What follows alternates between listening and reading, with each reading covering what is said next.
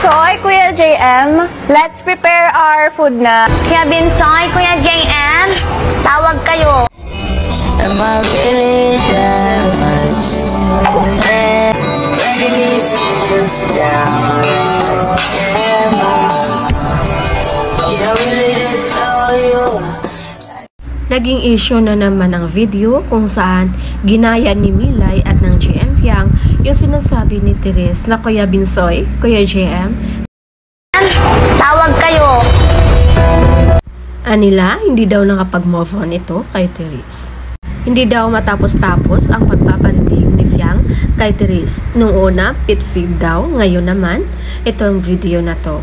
Na yun pa sa kanila, ito na naman yung mag-spread ng hate sa lahat. At ang maging masama nito ay si Therese na naman daw. At hindi pa daw ito nakontento dahil pati daw si Milay ni-recruit daw nila para gayahin si Therese.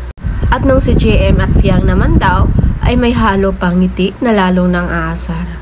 Kaya agad naman dumipinsa ang mga fans ng JM Fiang na hindi naman nila pinaparinggan si Therese.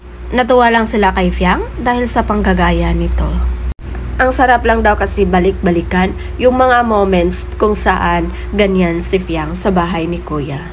Hindi naman intention nila na ma-offend si Therese, pero ginawan lang kasi ito ng issue ng mga supporters ni Therese at ng mga bashers ni Fiang.